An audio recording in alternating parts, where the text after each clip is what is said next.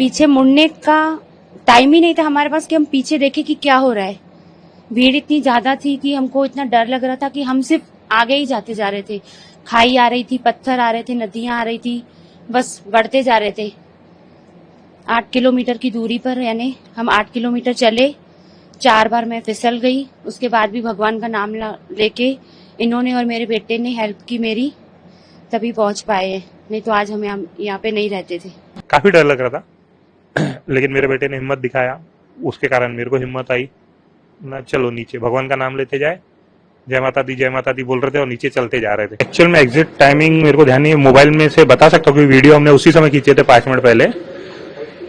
पूरा माहौल अच्छा था, लोग एंजॉय कर रहे थे, खेल रहे थे, काफी फैमिली थी, बच्चे थे, लोग फोटो खिंचा रहे थे। ऐसा लग ही नहीं रहा, ऐसा लग रहा था कि स्वर्ग है, बिल्कुल सब लोग एंजॉय कर रहे हैं। और ऐसा उम्मीद नहीं थी कि 5 मिनट बाद ऐसा वो नर्क जैसे बन जाएगा। वो कौन सा मोमेंट था जब आपको पता चला कि कुछ हो रहा है? एक्चुअल में मैं लकी बोलूंगा, लकी हूँ कि हम क्या पूरा घूम के जो एग्जिट है, एग्जिट बहुत संकरा था, 15 बाय 60-70 फीट लंबा था और उसका निकलने के लिए सिर्फ 4 फीट का एक दरवाजा था। और लकीली मैं वो सिर्फ 4 फीट के दरवाजे पे ही खड़ा था, उसको उस तरफ जंगल था, घोड़े खड़े रहते हैं दलदल में, तो लकी मैं वहीं पे खड़ा था। पीछे से एकदम से फायरिंग की आवाज हुई गार्डन में, जहाँ पे बोल सकते हैं। और लोग पब्लिक जो है पूरी वो गैलरी में घुसी, 15 बाय 70 की 60-70 फीट की, वो पूरी भर गई। मैंने 1 सेकंड पीछे देखा, लेकिन तब तक वो पूरी गैलरी पब्लिक से भर चुकी थी। तो हमारे को उस गैलरी के उधर का पीछे का नहीं दिखाई दिया जहाँ पे टेरेस थे, लेकिन कंटिन्यू फायरिंग हो रही थी। तो लोग एक दूसरे को कुचलते हुए धक्के दे रहे थे, तो मैंने मिसेस को दलदल की तरफ धकेला दिया। तो घोड़े वाला तो हमारे को तुरंत छोड़ के, घोड़ा छोड़ के भी भाग गया। वो घोड़ा भी छोड़ा और वो खुद भी भाग गया जंगल में। और फिर पीछे मेरी मिसेस को दलदल में धक्का दिया, मेरे बेटे को भी उतारा, और फिर हम कंटिन्यू गोलियां चल रही थी, तो हमारे को उस समय दिमाग काम नहीं किया, हम जंगल की तरफ कूद गए। और जंगल की तरफ 7 से 8 किलोमीटर हम जंगल पहाड़ उतरते हुआ है, 8 किलोमीटर का रास्ता। वो जो पैर में चोट आई थी वो वाकया क्या था? एक्चुअल में कैसे वो 3 से 4 बार गिरे हैं रास्ते में। उनका पहली बार जब गिरे पैर मुड़ गया पूरा, फिर दूसरी बार गिरे, वो फिर भी कंटिन्यू चल रहे थे। तो मेरे बेटे ने, मैंने और वो खुद भी पकड़ के जैसे तैसे उनको 7 से 8 किलोमीटर का पहाड़ उतारे। फिर आपको कहाँ ले जाया जाया? एक्चुअल में फिर मैं नीचे आया, मेरी पर्सनल कार खड़ी थी वहाँ पे पार्किंग में। मैंने ड्राइवर को कॉल किया, ड्राइवर बोले मैं नहीं आ सकता हूँ। तो मैंने एक लोकल था वहाँ पे आर्मी वाले को बोला कि मतलब मेरे को मेरी कार तक पहुंचवा दीजिए, बाकी कुछ नहीं चाहिए मेरे को, और कोई नीड नहीं चाहिए। उन्होंने कार दी और उसमें बिठाए और मेरे को मेरी पार्किंग तक छुड़वाया। मेरी पार्किंग में मेरी कार खड़ी थी, फिर मैं अपनी कार में ही हॉस्पिटल लेके गया इनको। कैसा पैनिक सिचुएशन था? लोग क्या रिएक्ट कर रहे थे? कितना डर, कितना भय? डर बहुत ज्यादा था, लोग चिल्ला रहे थे, गिर रहे थे पहाड़ों से। जो पीछे मेरे से आगे भी काफी पब्लिक थी, मेरे पीछे भी पब्लिक थी। लोग गिर रहे थे, गिरते हुए आ रहे थे, कोई नदी में गिर रहा था, कोई पत्थर पे गिर रहा था, एक दूसरे को उठा रहे थे और चलते जा रहे थे बस। आपने पीछे क्या सुनाई दिया? लोगों की चीखें सुनी? एक बंदा मेरे बाजू में आया, रो रहा था, बहुत ज्यादा रो रहा था, वो सिचुएशन के कंट्रोल के बाहर था उसको। तो मैंने बोला, उसको बोला रुक रुक रुक। मेरे भाई को बोले मेरे सर में गोली मार दी, बोले मेरे सामने, बोले मैं अपने भाई के लिए रुका भी नहीं, बोले। और लोग जो बता रहे हैं कि धर्म पूछा गया, नहीं वो मेरे को मालूम नहीं, क्योंकि मैं एक्चुअल में एग्जिट गेट पे खड़ा था ना। ये उसमें लंबी गैलरी है 15 बाय 60-70 फीट की, उसके पीछे गार्डन है 60-70 फीट की गैलरी के पीछे। ये टेरेस वहां पे थे और गैलरी पूरी पब्लिक से भर चुकी थी, क्योंकि सब निकलने को देख रहे थे। अंदर जो 400-500 की पब्लिक थी वो निकलने को देख रही थी, सब भागने को देख रहे थे, जिसको जहां रास्ता है वो भागने को देख रहा था। तो हमारी जो गैलरी थी पूरी भरी हुई थी, पीछे का नजारा देख नहीं रहा था। और मैंने एक बार के पीछे दोबारा देखा भी नहीं पलट के, पूरा पहाड़ उतरने तक हमने पीछे देखे ही नहीं, गर्दन घुमा। इससे कुछ पता है, आइडिया? एक से ज्यादा होगा, कि कंटिन्यू गोलियां चल रही थी। कितने देर तक गोलियों का आवाज आपने सुना? काफी देर चली, कम से कम 100 राउंड तो भी फायरिंग हुई होंगी। और वो पूरे इसमें से बाहर निकलने में आपको कितना समय लगा? समय मैंने कुछ भी नहीं देखा, क्योंकि उस समय न माइंड काम कर रहा था, न प्यास लग रही थी, न कुछ लग रहा था। उनका पैर टूटा हुआ, हमारे को कुछ समझ में नहीं आता, हमसे भाग रहे थे। और लोग जो घायल थे उनको आपने देखा है? घायल मीन सब घायल होने के बाद भी भाग रहे थे, कोई रुक नहीं रहा था, क्योंकि रुकना मतलब पीछे से कहाँ गोली लगेगी मालूम नहीं। तो सबको लग रहा था भाई सेफ नीचे पहुंचना है हमारे को, जब तक सेफ नहीं होंगे, जंगल में कोई सेफ्टी तो थी नहीं, नीचे पहुंचना है। भले लोग गिर रहे थे, कोई लेडी गिर रही थी, फिर कोई उठा रहा था, कोई गिर रही थी, कोई उठ रहा था, फिर लेकिन चलते जा रहे थे। अब आप सुरक्षित तरीके से वहां पहुंचे, तो उसके बाद यहाँ तक आने का सफर क्या था? मैं एक्चुअल में फिर वहां अनंतनाग में मेरे को डिस्चार्ज, उन्होंने एक्सरे वगैरह किए, बोले 2 जगह से एक्चुअल में एक जगह फ्रैक्चर हुआ, लेकिन आपने उनको फिर भी कंटिन्यू दौड़ाए तो दूसरा भी फ्रैक्चर हो गया।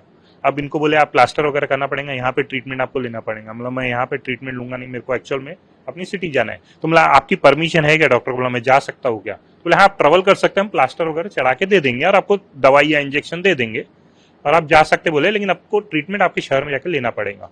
मैं ठीक है, मैं वहां जाके लूंगा। फिर मैं श्रीनगर अपनी खुद की कार में ही आया, कुछ नहीं, हम खुद ही कर रहे थे सब। श्रीनगर पहुंचा, वहां पे होटल वगैरह किया, वहां पे रहा, कंटिन्यू फ्लाइट देख रहा था, कोई फ्लाइट नहीं मिल रही थी। तो मैंने विक्की कुकरेजा जी है उनको फोन किया, मतलब ऐसी ऐसी बात है, मैं ऐसी सिचुएशन हूँ, मतलब पैसे भी मेरे देने को रेडी हूँ, मेरे को सिर्फ एक फ्लाइट चाहिए यहाँ से निकलने के लिए, दिल्ली की हो, मुंबई को, उसके आगे का भी मैं खुद कर लूंगा, सिर्फ यहाँ से निकलने के लिए एक फ्लाइट हो, क्योंकि मेरी मिसेस के पैर फ्रैक्चर हो चुके हैं और मतलब मैं रुक नहीं सकता हूँ यहाँ पे। हालांकि मैं डरा नहीं था कि श्रीनगर में ऐसा कोई ये नहीं था।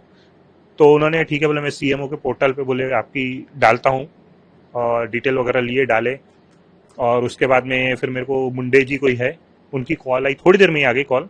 और फिर उन्होंने कंटिन्यू मेरे को कॉल कांटेक्ट में, रात के 1 बजे तक मेरे कांटेक्ट में थे। वो मेरे से पूछ रहे थे आप कैसे हो, क्या हो, आपको फ्लाइट की टिकट मिली? हमला हाँ मिल गई, आपने टिकट दे दिए। फिर मैं एयरपोर्ट जा रहा था तो भी उनकी कॉल आई, बोले आप एयरपोर्ट के लिए निकले कि नहीं निकले? मैं मैं निकला, आप टेंशन मत लो। बोले आपको कोई नीड है क्या? मैं नहीं, मेरे को कोई नीड नहीं है, मेरे को सिर्फ फ्लाइट की टिकट चाहिए यहाँ से बाहर निकलने के लिए, उसके आगे का मैं खुद ही देख लूंगा। तो बोले कोई दिक्कत नहीं, यहाँ से हम आपको श्रीनगर से मुंबई तक की टिकट दे रहे हैं, बोले आपको, मतलब कोई दिक्कत नहीं, मुंबई से मैं नागपुर खुद ही कर लूंगा, मेरे को कोई कुछ नहीं चाहिए, मेरे को सिर्फ यहाँ से निकलना है। पूरा वाकया, ये पूरा इंसिडेंस आपके दिमाग में अभी भी होगा, कितना आपको डर लगा था और क्या महसूस कर रहा था यहाँ आने के बाद? नहीं, उस मेरे को एक्चुअल में वही सिर्फ एक नज़ारा है जो लोग एंजॉय कर रहे थे 5 मिनट पहले, जो नज़ारे थे वो नज़ारे और बात का माहौल बहुत अलग हो गया था, कुछ समझ में नहीं आ रहा था।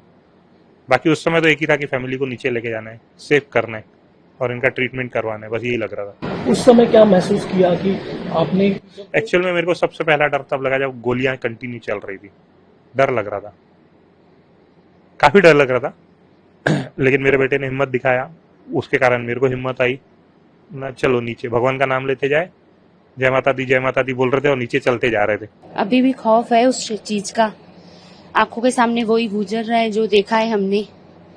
कैसे पहुंचे वो हमको पता, सिर्फ भगवान का नाम लेके पहुंचे हैं। 2 मिनट का फासला था, नहीं तो हम यहाँ तक आज नहीं रहते थे। पीछे मुड़ने का टाइम ही नहीं था हमारे पास कि हम पीछे देखें कि क्या हो रहा है। भीड़ इतनी ज्यादा थी कि हमको इतना डर लग रहा था कि हम सिर्फ आगे ही जाते जा रहे थे। खाई आ रही थी, पत्थर आ रहे थे, नदियां आ रही थी, बस बढ़ते जा रहे थे।